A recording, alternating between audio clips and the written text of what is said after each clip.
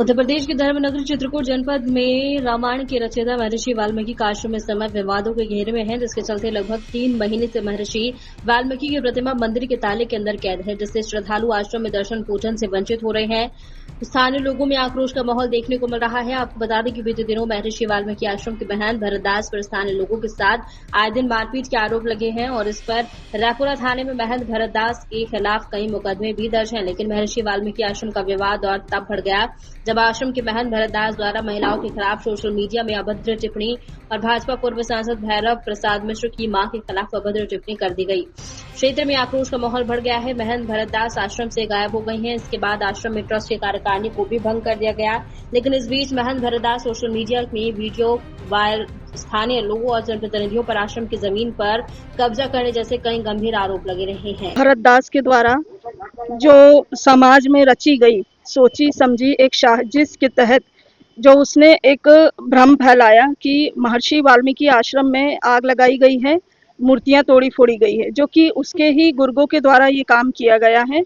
और मैंने जो देखा यहाँ पर आकर ऐसा कुछ नहीं है। महर्षि वाल्मीकि आश्रम में ताला लगा हुआ है, वहाँ कोई आग नहीं लगी है, मूर्तियाँ जैसी हैं वैसी अच्छे से हैं। और जो भरतदास कहता है कि उसने विकास किया है, योगी आदित्यनाथ जी यहाँ पर आए थे और हवन किया और यहाँ पर विकास के लिए फंडिंग की गई, तो यहाँ पर कोई विकास नहीं किया गया है। महर्षि वाल्मीकि आश्रम में पेंट तक पुताई तक नहीं है, खंडहर पड़ा हुआ है, पूरा वीरान है और मंदिर में ताला लगा है। मैं ये जानना चाहती हूँ, क्या भरतदास एक आखिरी महंत है जो सिर्फ और सिर्फ उसी को महर्षि वाल्मीकि आश्रम में पूजा करने का अधिकार है? क्या हम आम जनता लोगों को मंदिर में जाकर पूजा करने का कोई अधिकार नहीं है? और क्या भरतदास अगर यहाँ से हटाए गए तो क्या उनकी जगह किसी दूसरे महंत को बिठाकर मंदिर की पूजा नहीं कराई जा सकती थी?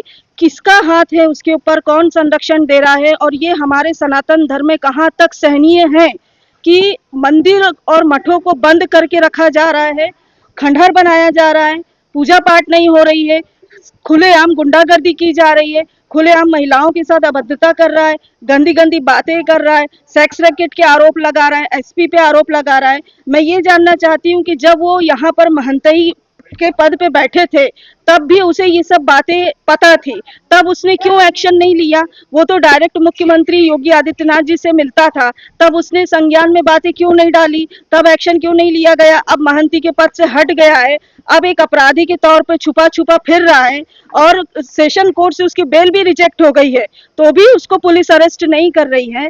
तो इस मामले की गहराई से जांच होनी चाहिए और मैं निवेदन करूंगी कि मंदिर के ताले को खोलकर और मंदिर जो खंडहर बना पड़ा हुआ है उसको साफ कर कर वहाँ पे कोई अच्छा महंत बिठाया जाए और हमारे महर्षि वाल्मीकि जी की पूजा प्रारंभ की जाए।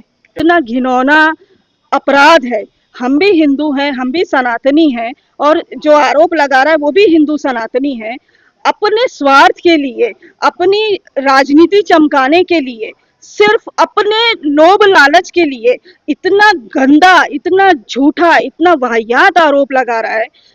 हम दिन रात भगवान की पूजा करने वाले, भगवान को मानने वाले, महर्षि वाल्मीकि आश्रम में माँ सीता जी यहाँ पर रह के मान्यता है, लौ और कुश को उन्होंने यही जन्म दिया है, तो वो हमारी आराध्य देवी हैं जिनकी हम पूजा करते हैं। और ये ना तो इसे देवी देवता से मतलब है, ना इसे धर्म से मतलब है और ना इसे आस्था से मतलब है। इसे सिर्फ और सिर्फ पैसों से मतलब है। इसकी सत्ता बनी रहे, ये मंदिर में बना रहे और सिर्फ इसका शासन चले, ये जैसा चाहे वैसा हो, बस ये वही चाहता था। और अब वो नहीं हुआ तो ये आरोप पे आरोप लगा रहा है और ये बहुत ही घिनौना आरोप है। सोची समझी साजिश और षड्यंत्र किया गया है मंदिर में आग लगाने का। रज्जन तिवारी और कोई एक यादव है, उसके नाबालिग बच्चे पहाड़ों से पीछे से चढ़ चढ़ के जाते हैं, वहां पे गलत काम करते हैं और फिर जाकर भरतदास को बताते हैं, फिर वो इस चीज को वायरल करता है। तो